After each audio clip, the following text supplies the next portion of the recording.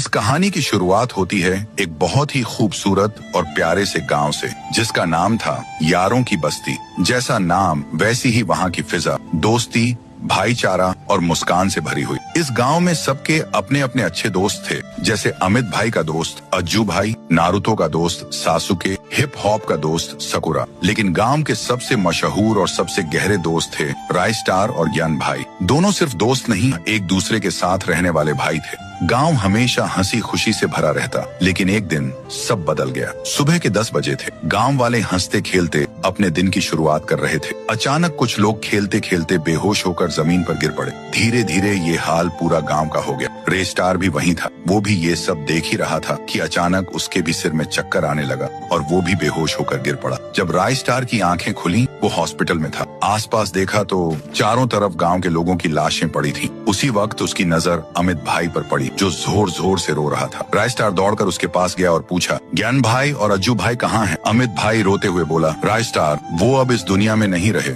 हम सब साथ खेल रहे थे। अचानक वो दोनों गिर पड़े। मैं उन्हें लेकर भागते हुए हॉस्पिटल पहुंचा, लेकिन डॉक्टर ने कहा अगर थोड़ी देर पहले लाते तो शायद बच जाते। राय स्टार की आंखों से आंसू छलक पड़े। उसकी आवाज कांप रही थी। ज्ञान भाई, ऐसा नहीं कर सकता। हमने तो साथ जीने और मरने की कसम खाई थी। उस रात राय स्टार की आंखों में नींद नहीं थी। ज्ञान भाई की यादें उसकी रग रग में दौड़ रही थी। अगली सुबह बाहर से कोई जोर जोर से चिल्लाया, राय स्टार बाहर आ जल्दी। राय स्टार भागा भागा बाहर गया।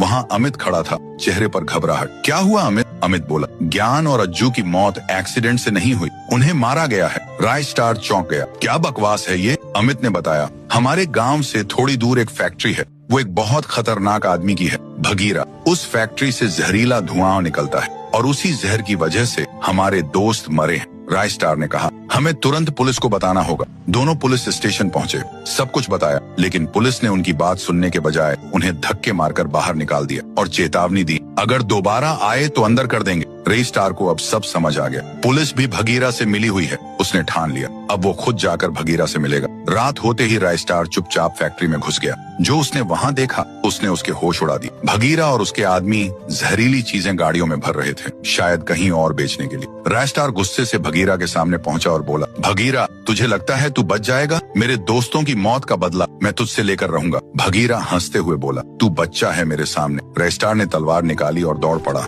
लेकिन तभी पीछे से उसके सिर पर जोरदार वार हुआ। वो जमीन पर गिर पड़ा। जैसे ही उसने पीछे देखा, पीछे और कोई नहीं, उसके दोस्त अमित भाई और अज्जू भाई थे। तभी राय स्टार को सामने से कोई जानी पहचानी आवाज सुनाई देती है और जैसे ही वो सामने देखता है, उसकी आंखें फटी की फटी रह जाती हैं, क्योंकि वहाँ और कोई नहीं, उसका जिगरी दोस्त ज्ञान भाई खड़ा था।